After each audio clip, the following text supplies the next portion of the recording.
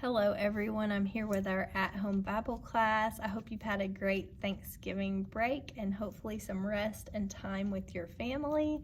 And we are continuing with the story of Gideon. From last week, we learned about the fleece and how patient God was with Gideon and how he showed him over and over that he was indeed going to make Gideon a mighty warrior for him to free them from these Midianite people. So we're going to pick up in chapter 7, verse 1. Early in the morning, Gideon and all his men camped at the spring of Harod. The camp of Midian was north of them in the valley near the hill of Moreh. Now remember, Gideon had gathered a bunch of men to fight back in chapter 6. Okay, so he was basically ready to do this. Verse 2, the Lord said to Gideon, though, this is interesting, you have too many men. How can you have too many men to fight a battle? Wouldn't that be better? But with God, things are different. You have too many men for me to deliver Midian into your hands, in order that Israel may not boast against me that her own strength has saved her. In other words, God does not want Israel to think that they did this themselves. He knows if they have a big bunch of guys fighting, that they're going to say, we did this, we take credit for this. God didn't do this, we did it. So God's going to have to make sure that that doesn't happen by saying this. Announce now to the people, anyone who trembles with fear may turn back and leave Mount Gilead. So 22,000 men left, while 10,000 remained. 22,000 men were trembling with fear and had to leave. 10,000 apparently feeling brave. Verse 4 of chapter 7. But the Lord said to Gideon, there are still too many men.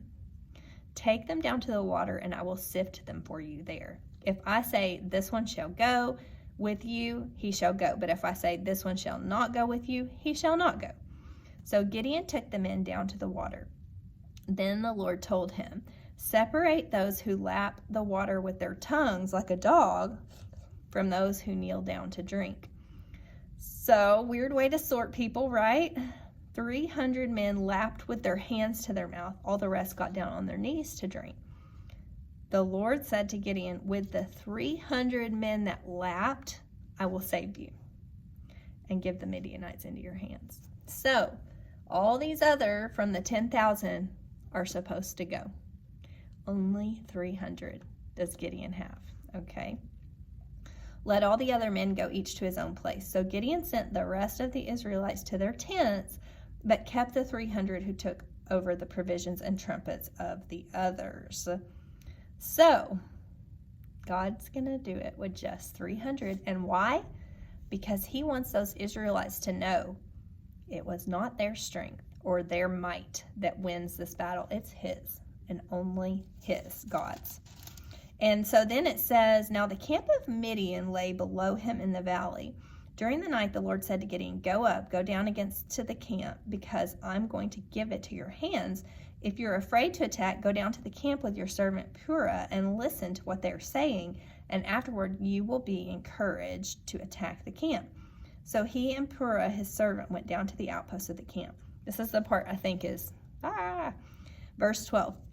The Midianites, the Amalekites, and all the other eastern peoples had settled in the valley thick as locusts. Their camels could no more be counted than the sand on the seashore.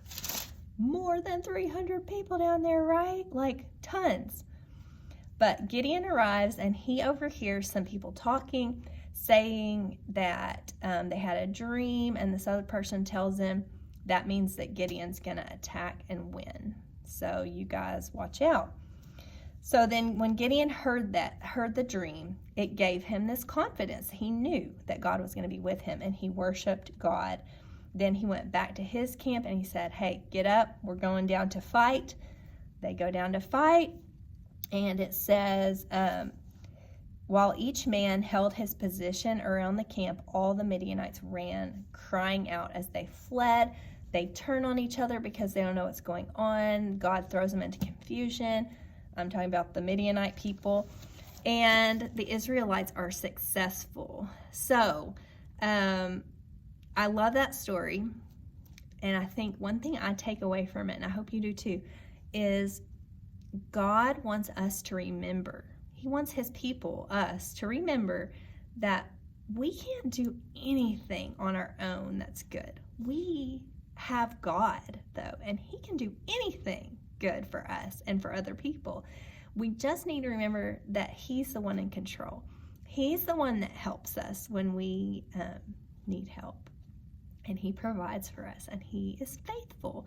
So I just don't want us to miss that really great lesson about Gideon and his men, and how God makes sure that their group is small so that they know it was him and not them. It was his power and his might, not theirs, that won the battle. Have a great week, guys. See ya.